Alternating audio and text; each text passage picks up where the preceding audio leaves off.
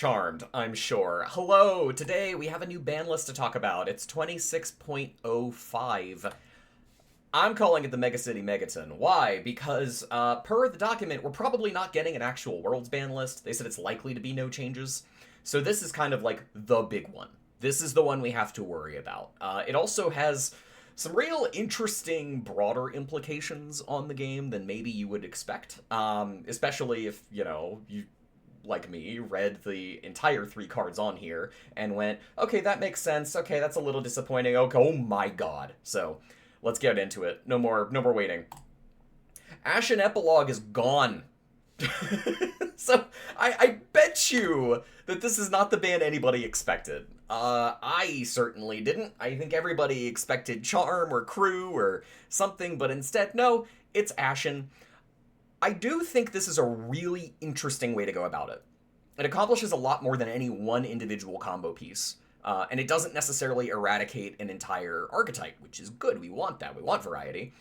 However, this is going to need time to see if it actually solves anything. I don't know yet. This is effectively a soft Lago ban for all but the most unhinged Anarch players. It's going to slow them down quite a bit. In the write-up, they specifically call that Seb's early and mid-game is inconsistent. I don't fully agree, because you have 3 ofs of all the pieces that matter, but they note, hey, he's going to lose pieces to Price, he's going to lose pieces to Lago, he's going to lose all of that. If you take Ashen away, suddenly that matters immensely. Suddenly Seb really has to do some work. And so I think that's neat. I think that's fair logic, and as a result, that's there. Are 3 double charms and a maximum, barring other weird splashes, of 6 crews via Praxis with slower setup fair? We're gonna know by next ban list. I suspect yes, mainly not because that, trash loop that is necessarily reasonable, because, again, it's easier to permanently trash things than it is to de-res them. But it does mean that Seb is actually going to have to, A, set up normally, and B, actually play a win con. Horror of horrors, Seb players. I know, sorry, you are going to have to touch cards. So yeah, it's interesting, for sure. If the Sebs end up playing Harmony AR, we will know this ban did not solve the problem. I don't think that's actually going to happen, but imagine. Just think about it for a second, feel the bile rise in your throat, put it back down, move on. What interests me most here is actually the indirect statement of design intent, which is that runners are expected, across the board, to have enough gas in the tank to win before they deck out, and if they don't, they need to rebuild the whole deck. Start from scratch, do it over. You have to be able to get it done in 45 cards or less. I was experimenting, or more, technically, I suppose that's legal, whatever. I was experimenting with 3 Price and Ashen and a Buffer Drive and Crim, and it was working. I was just pricing out my breakers. I had 2 copies of everything. I ran no mutuals. I was just burning, churning. And it's great. You get to play bootleg Steve. And if that works, then yeah, it's kind of unhealthy. So I'm inclined to agree that flipping your discard pile over just shouldn't be a thing. I mean, I have been saying this for longer than NSG has been around. If this actually solves the problem, this is one of the, best ban list things that the SBT has done. Straight up. I think it's great. If it doesn't, they still have time to adjust and go back on the no changes line. But either way, I would much prefer that Ashen not come back. It's going in my Levy was always a bad idea evidence folder. I don't think you should be able to just flip your deck over. I don't. I don't care if you're peeling 5 off the top before you run it. It's still too much. It extends games out in ways that are really unhealthy. Just design a deck that works. Play Netrunner. Alright, cool. Yeah, I like this a lot, if you couldn't tell. Never been a fan of Levy, never been a fan of Ashen. Glad to see it gone. Bye. Now we get to be a little less positive. Because Extract is gone. And then SBT, I'm going to keep it a buck. This is only going to dissuade the newest OB converts from hopping on the bandwagon. The OB sickos will keep doing their thing unabated. I don't think this is going to stop them. It's going to slow them down. It's going to slow them down. I don't think it's going to stop them. To me, the clear non-ID targets were, in order for me, Hafren, even though it would continue the pattern of always banning the Jinteki card whenever there's a problem, or the NBN card, depending. Azif, because I think proactively gaining points while pinging their breakers out of hand when they have a slow draw is ridiculous. Or Basalt, but that would be too punitive towards the rest of Wayland, so that was really the nuclear option for me.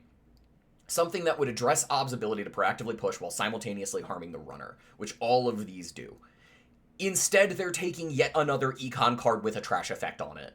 Last time it was Excavator, this time it's Extract. This hurts them more.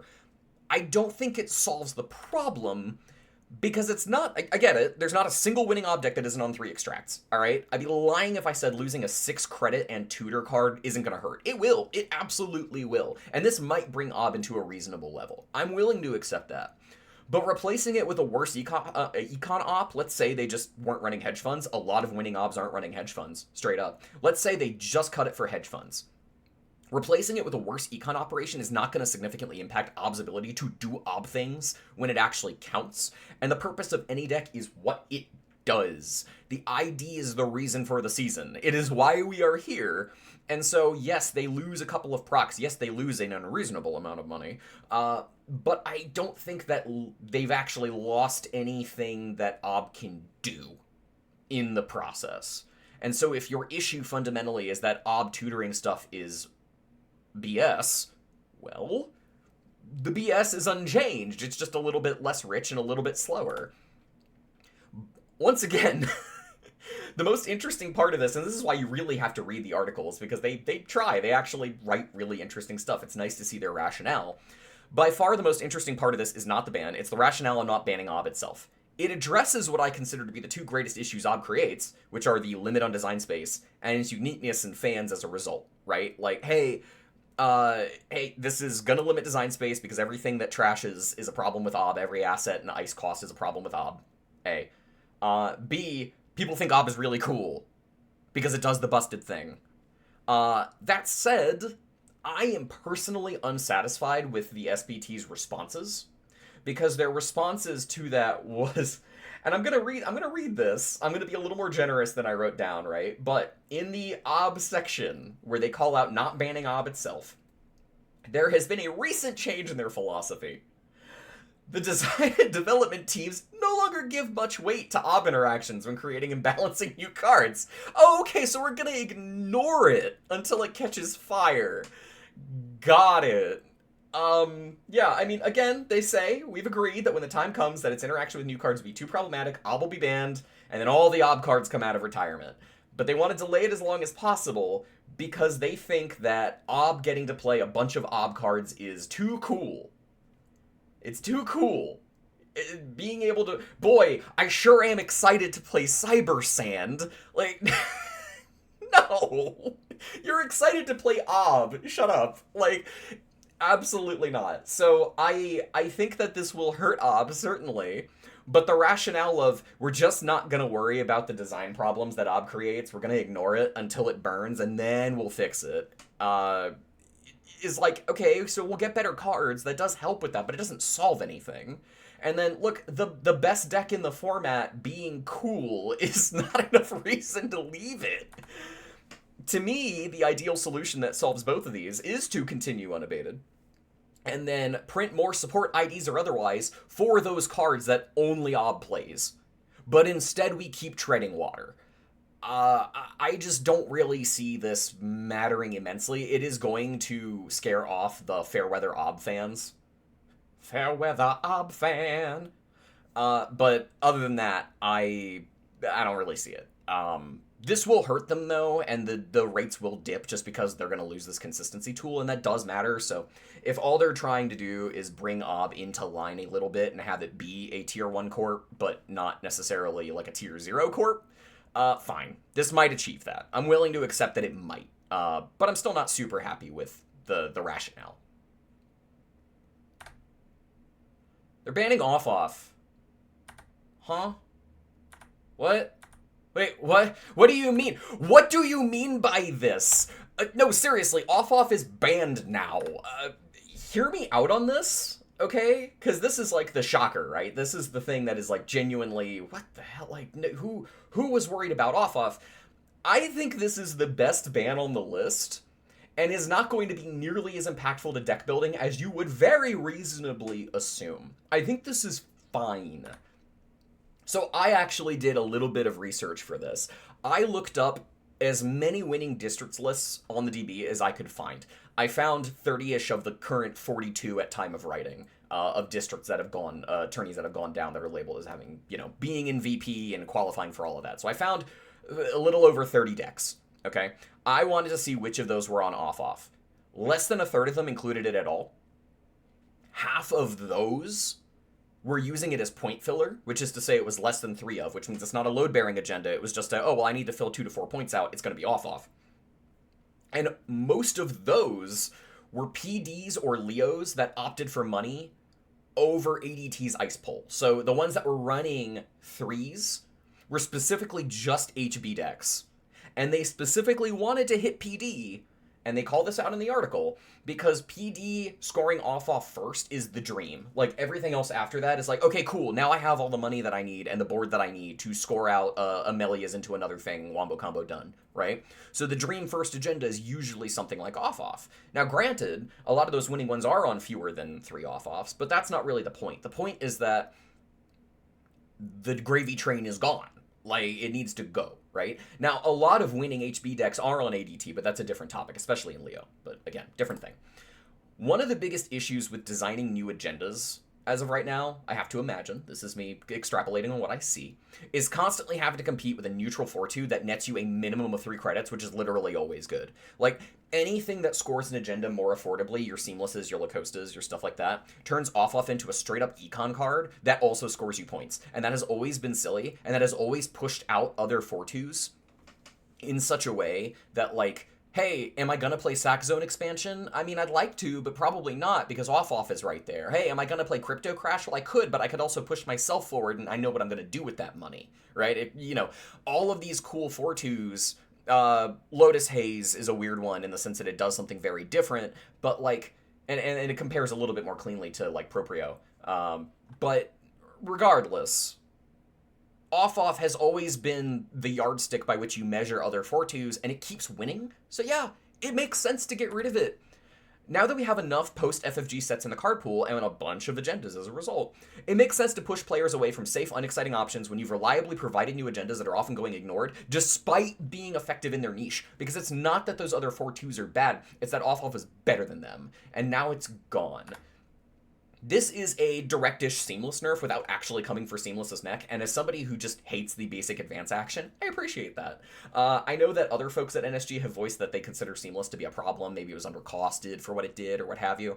And I don't know if that came from anybody on the SPT at any point, but I like Seamless. I like that it makes Never Advance a much more viable way to do things. I think Lacosta is a fairer way to do it in the sense that it's costly and doesn't give you 2. But I like Seamless, and I would hate to see it go. It wouldn't shock me if it goes one day, but getting rid of off feels like the fairer trade between the two. Also, anecdotally, when I came back to the game, this was the first card that made me realize that Netrunner had fundamentally changed. Back in the day, it used to be that you played 3-2s, or you played 5-3s, or if you were a deck that played 1-pointers, you did it, but you weren't super jazzed about it beyond, like, breaking news. And 4-2s were kind of a joke, unless they were Nisei Mark II, or any PD contract, or some other third thing that I'm forgetting. It felt like a massive statement of intent from the design team to include this in the first place, and now taking it away feels like the same, right? It's like, hey, this doesn't just affect Flood PD, this has much broader applications. It's time to play the new cards. It's time to play cards in your faction. I think that's cool. Legitimately, like, I've been playing less off anyway. Everybody's apparently been playing a little bit less off if the numbers bear out the way that I've been thinking. And I will grant you that, like, looking at the winning lists alone is not really sufficient data. That doesn't actually mean a whole lot, but it was just really interesting to get that snapshot and realize, like, oh, okay, so people have been playing less, but I guess NSG has decided that it just kind of needs to go. And honestly, I'm fine with it. So that's the ban list. We've talked about the ban list. I think that, Ashen is a great choice just because I dislike it ideologically. Extract will hurt but I don't think it'll stop the bleeding necessarily. And off going away is going to force you to actually use the cards that they've been printing. Cool. Did you notice anything missing? I did. Let's talk about Mega Magic for a second. Nothing? So, I'm not shocked at a wait-and-see approach when confronted with a brand new problem. And it is a brand new problem. However, no response to a deck that takes 20-minute turns seems like it's going to get worse before it gets better. I jokingly may have called Dolbulb Sloppenheimer for just handing everybody this crap and then being like, all right, well, if somebody shows up to the tournament with this thing, it's not on me. I just made it. I taught you how to do it. If a bad guy with a Mega Magic shows up, that's it's their fault. It's all in fun. We're cool. But yeah, I don't see this being healthy. This is a competitive card game with timed rounds, all right? It only takes one person bringing Mega Magic to any event to not only ruin that game for each opponent that they play against, because win or lose, they're eventually going to be stuck sitting there for 20 to 30 minutes, and require a judge, which in Netrunner are in far more limited supply here than other competitive card games, to arbitrate the operation of this thing in paper. On JNet, it's annoying. It's too long. It's just not great. In paper, it is a nightmare. That thing just should not be. One thing I haven't heard addressed much is that this creates awful scenarios in the event of time in the round being called. Given that, if they have not managed to combo out yet, or if they feel they're worth, they're like, oh, well, I can definitely try for it, they're allowed to. Rules is written, they're allowed to. I looked over the doc again. I didn't see anything that actually, stops them. They each player gets a turn, right? Mega Magic takes a turn. It's just that turn takes, it's feature length, right? It is very, very silly. I want to specifically note that in the document, they specifically note, hey, they thought about it in the groove ban. There are issues with it. We don't think it warrants action. I disagree. Not only are there issues here, right? There's also issues with accessibility.